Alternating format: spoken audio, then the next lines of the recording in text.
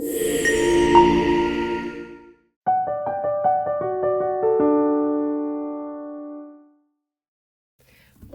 and blessings, everyone. It's me, Dr. Sabrina, and welcome to Soul Speak Conversations for Your Healing Journey, where so many of you are submitting your questions from your heart, and I am doing my best based on my years of experience as a therapist, as a writer, as a person, as a human on this path of life, to answer them as succinctly as possible, given the enormity of what we are all carrying right now. But this question is very common, and it comes from GT. And GT says, "Dear Dr. Sabrina, I am a middle-aged woman who has just completed a long caregiving journey with my dad, who passed away 3 years ago from dementia.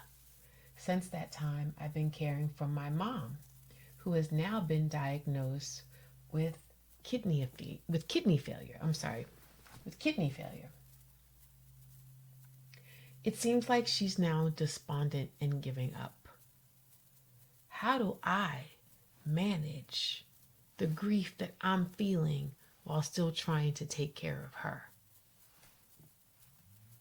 That's a real legitimate question, GT. And I first want to begin by applauding you and recognizing the incredible work that's involved in being a caregiver. There was a time in many of our cultures in which we collectively cared for our elders, and the burden was not just on one person. There was also a time where people had so many children that there were options. And now we've moved to a time where not only is the burden on one person, but the option of putting people in a facility is not an option for many, many cultures. And also may not be a financial option for people who can actually consider it. So here you are, GT. You took care of your dad all these years. Dementia is a very difficult chronic disease and very difficult to manage and carry. And now you're dealing with your mom. Now, based on what you shared so far, and I don't know everything, my sense is that your mother does not have dementia, but she does have some serious chronic illnesses. And the first thing I want to remind you of, GT, and I know it's hard because you are a caregiver, but the first thing that I want to invite you to do is to relinquish yourself over the control of another person's destiny. Because your mother may have decided that she's letting go of her own control, or she may have decided that the best way to control what is happening is to let it happen. And if she has chosen to stop treatment or not seek invasive treatments, let that be her choice. And it is very painful to let people make their own choices. And you, GT, you also get to make a choice on how you care for yourself in the midst of this lifestyle that you have chosen or has chosen you. How do you care for yourself? Where are you getting support from? Are you a part of a caregivers group? Is there a collective of daughters and sons that are doing what you do in your age bracket that you can hang out with, that you can seek guidance from, that you can share resources with?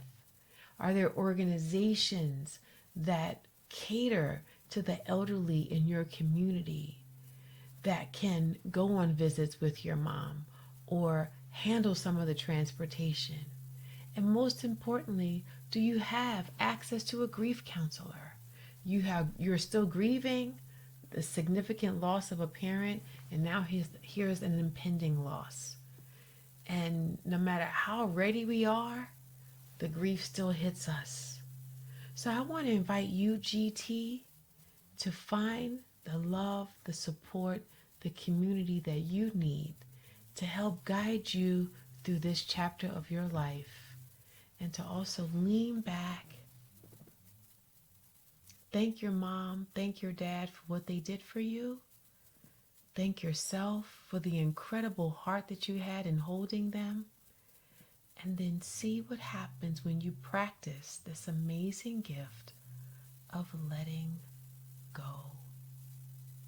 I know it's a challenge, and I can't wait to hear more from you about how you manage to do this.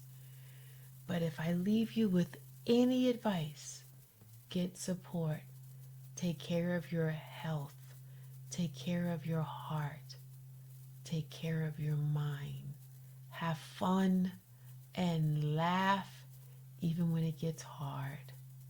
I look forward to hearing from you, and I pray that this little smidgen of advice serves you well and serves everyone else who's listening well. I can't wait to hang out with you some more this year. Peace and blessings.